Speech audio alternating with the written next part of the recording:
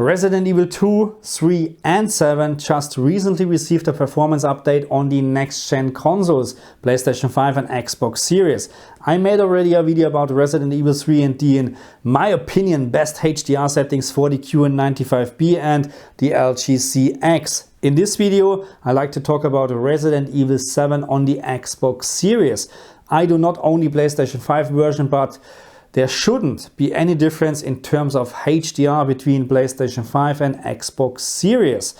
Also, my plan is to do a Resident Evil 2 video at some point in terms of HDR settings, but right now I do not have the PlayStation 5 version nor the Xbox Series version, so can't do it right now. Anyway, I would say let's start with Resident Evil and the, in my opinion, best HDR settings. And as always, we have to talk about the HDR system level calibration menu on the console. This thing here. And if you know a shorter word or shorter sentence for this menu, then please put it in the comment section because it's just way too long. Anyway, what do you think? Does Resident Evil 7 support this HDR menu? Yes or no?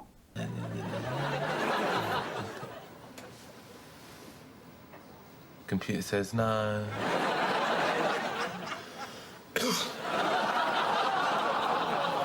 Okay, so let's talk about the HDR in-game settings in Resident Evil 7, and we have the maximum brightness HDR and brightness HDR. So we're starting with maximum brightness, and please do me a big favor, do not follow the instructions here, because if you would do this, even on a LG OLED TV with HGiG enabled, you would end up with a wrong maximum peak brightness in specular highlights. So let me just quickly explain what I'm talking about. On my LG-CX with HGiG enabled, I would end up to set this value according to the screen here to 800, which sounds absolutely correct because 800 is a very common value when we set up HDR for the LG-CX. But the problem is now, when I have done my analysis in-game, which means I analyzed specular highlights, I ended up with a too low maximum peak brightness for the LG-CX. So again,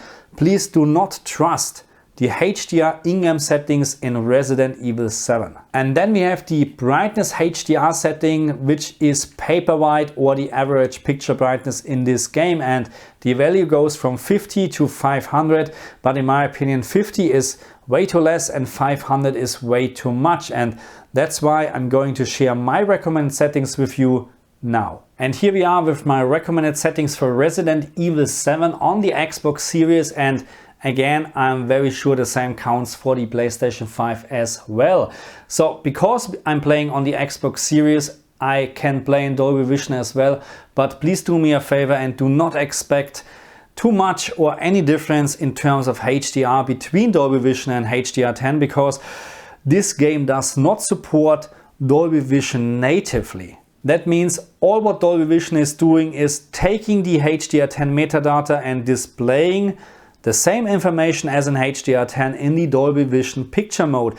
If you see differences between HDR10 and Dolby Vision, this is most likely because of different picture settings or maybe a different calibration, but not because Dolby Vision is doing anything different, because it can't do anything different because there's just a HDR10 metadata, not a native support for Dolby Vision. The only difference between Dolby Vision and HDR10 is, and this is not just in this game, this is in all the games what I analyzed so far, when it comes to Dolby Vision, if you would use the same settings for Dolby Vision as in HDR10, let's say 900, you would end up with a too low maximum peak brightness and specular highlights. That's why instead of 900 for HDR10, you use 950 for Dolby Vision, and therefore the same counts for the G2. Instead of 1100 for HDR10, you use 1150 for Dolby Vision.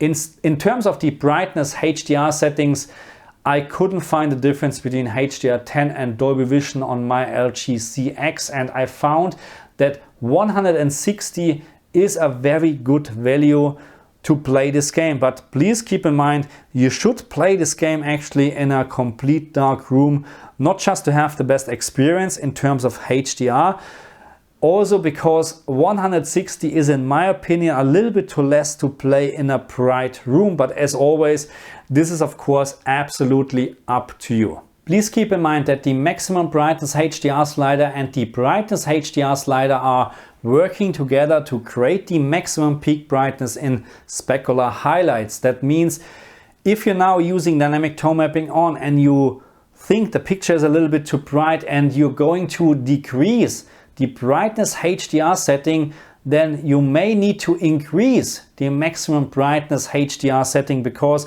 you would end up with a too low maximum peak brightness in specular highlights. So right now I would strongly recommend to use those settings as displayed, because with those settings I made sure that you have the best possible outcome for your TV. Okay, so let's play a little bit of Resident Evil on the QN95B right now. And as always, please keep in mind, I do my very best here to record in the best possible way, or in the best quality actually, but it is almost impossible to... It is almost impossible to record exactly what I can see on the screen. Okay, it is just impossible, because I'm recording HDR, of course. We have very bright objects and we have very dark objects, and the camera, the dynamic range from the camera is just not good enough to capture all this stuff. Okay, and I'm playing right now with Dolby surround here, and this is wow. Great, actually. The atmosphere in this game is just really... I'm not a big fan actually of first person. And the reason is actually because you can't see what is happening behind you, or not that quick. No, don't. But of course, in terms of atmosphere, it is much better. I need a fuse, okay. Ah, that's the... I found a switch or whatever in the first floor. Oh shit, there always... These bloody noises, really, you don't do anything and there's a noise and you think someone is there. Oh my goodness, really. What is this here?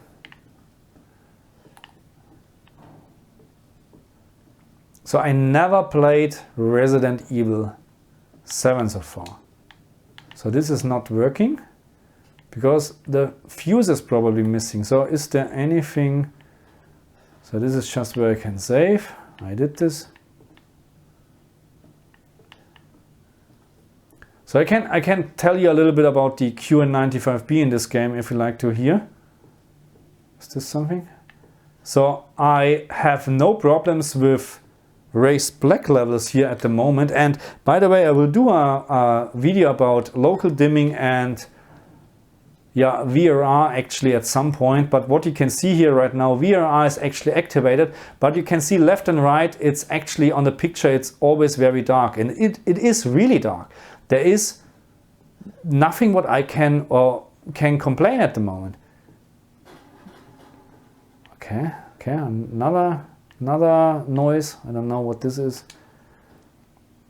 And VRR is just working perfectly on this TV as well here.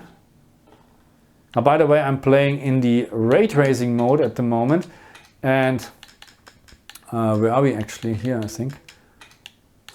And we have a 120 FPS mode as well, and a mode without ray tracing. But as what I learned so far, the ray tracing mode is stable in, or let's say like this, even you don't use VRR, it is stable in 99% of the time. So there's no point actually to play this game not in ray tracing mode.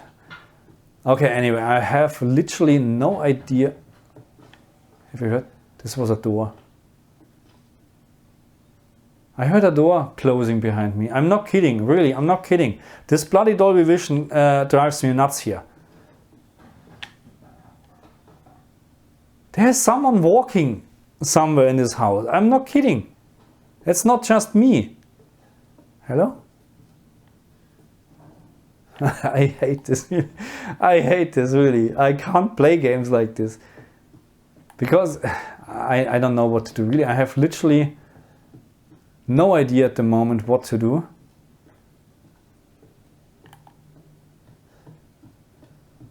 And I think, you know what, if you like to see this game on the CX, let's switch to the CX.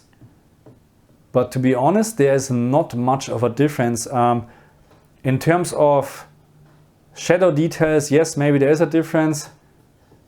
There's also nothing. In the other part, oh, there's something. Shit. Shit. What is happening? What is happening? This one is happening. Should I go in there? Oh my goodness. Okay, let's go in there. I don't want to switch to the CX at the moment because, and of course I don't want to spoil it too much. That's the problem. But I like to show you a couple of things. So this game is really shit. Oh my god, no! Shit. Damn it. So this game is just perfectly playable on the QN95B, really. There's no problems in terms of black levels or stuff like that. Bloody hell. But of course, the same as what I said for about Resident Evil 3 or 2, the same counts here. The LGCX gives you a better contrast. Oh my god, I don't want to do this.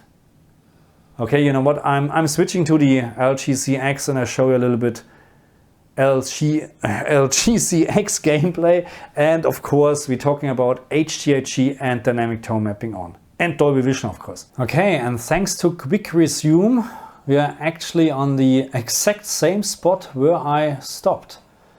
And this time on the LGCX, and as you can see with HGiG enabled.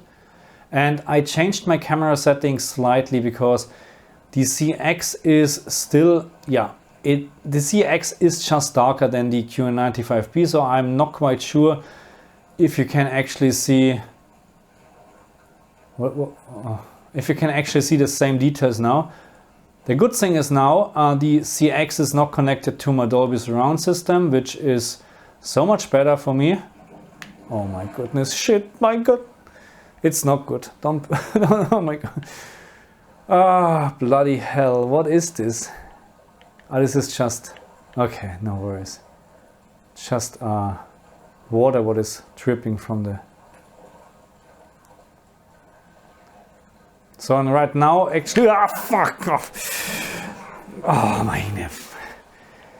HGiG is perfectly playable, okay? There is no problem in this game, in my opinion, with the LGCX. But of course, I can show you dynamic tone mapping is this right now. It's of course way brighter. So if you like to have a little bit of a brighter picture, then use dynamic tone mapping on. But as always, I'm not a big fan of dynamic tone mapping on because it will just change the average brightness from the picture all the time. You know, it's not about specular highlights like this lamp here. The maximum peak brightness will not be affected at all. It's just the average picture brightness, what you can see on the screen here. And of course, it's a big difference. Dolby Vision, by the way, has the more or less exactly same brightness as HGiG. Shit, there's someone. There's someone. Okay, I don't know if I like to spoiler that much. Is this... Oh, no, I don't want to spoiler, okay? I just go here and we just talk about Dolby Vision and dynamic tone mapping on and HGiG a little bit because I really don't want to spoiler too much from the game. Again, Dolby Vision, and I will show you this maybe in a second, is more or less or very the same as HGiG. Just dynamic tone mapping on gives you an average picture brightness, a higher average picture brightness. Dynamic tone mapping off as almost in all the games, it's the worst choice in my opinion, okay? So let me switch to dynamic tone mapping on, sorry, let me switch to Dolby Vision and I see you in exactly 5 seconds.